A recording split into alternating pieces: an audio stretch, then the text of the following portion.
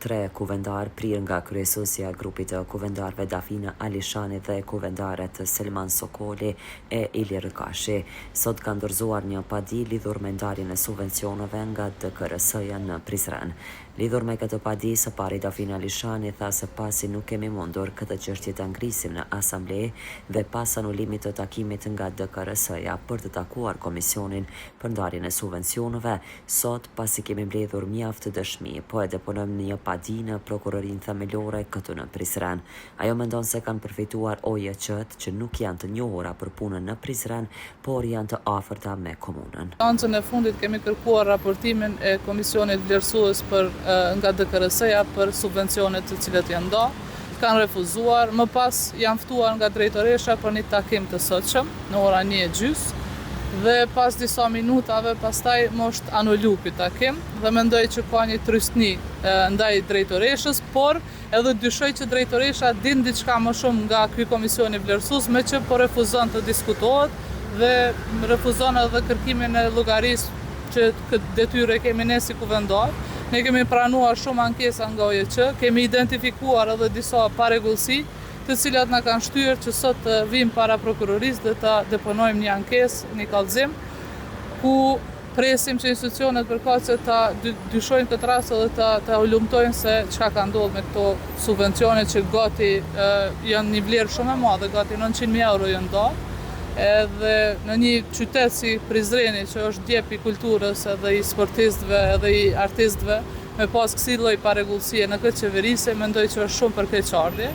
Po ashtu edhe mbyllja e komunës kaq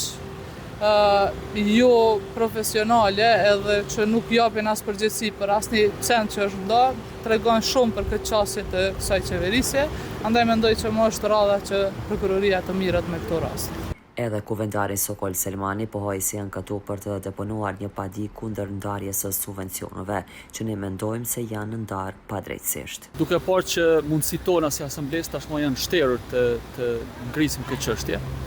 Ne tashmë nga informacionet, nga dokumentacioni që kemi pranuar, kemi dyshime të bazuara që këto kemi të bëjmë me shkelje. Kemi dyshime që edhe anëtarët e komisionit janë në konflikt të interesit. Edhe duke i bashkuar të gjitha këto bashkë, kemi marrë vendim që sot të dorëzojmë një kallëzim penal këtu në prokurorinë themelore në Prizren, dhe njëkohësisht i ftojmë të gjithë ata persona që janë të anashkaluar, që janë të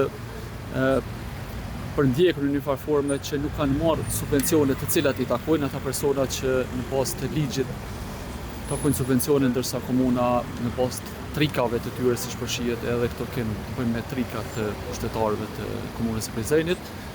të ofrohen të pranë prokurorisë themelore në Prizren dhe të japin të gjitha ato informacione dhe deklaratat që ata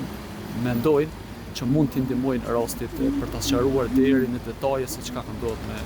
subvencionet, jo vetëm në këtë vit, mirë po edhe në vitet paraprake, prej se shoqërtota është kryetari i komunës së Prizrenit. Kuvendari Ilir Kashi pohoi se pas ankesave të shumta, OJQ-ve se kanë pasur padrejtësi dhe se ka pasur parregullsi në ndarjen e subvencioneve, pasi na u dha mundësia që ta ngrisim këtë në asamble, tash po e deponojmë në prokurori, sepse kemi edhe mjaft dëshmi, tha Kashi. Para prokurorisë për të dorëzuar një kërkim për kallëzim penal në lidhje me dyshimet që i kemi se komisioni vlerësues për ndarjen e subvencioneve në fushën e kulturës dhe sportit ka punuar me direktiva, sepse kemi dyshime të forta, bazuara, rreth 300.000 euro janë shpërndar personave që udhëheqin me organizata dhe projekte që dihen botërisht se janë të afërt me kryetarin e komunës dhe me partinë në pushtet. Ata pohuan, besojmë se prokuroria do të hetojë këtë padin ton, than ata.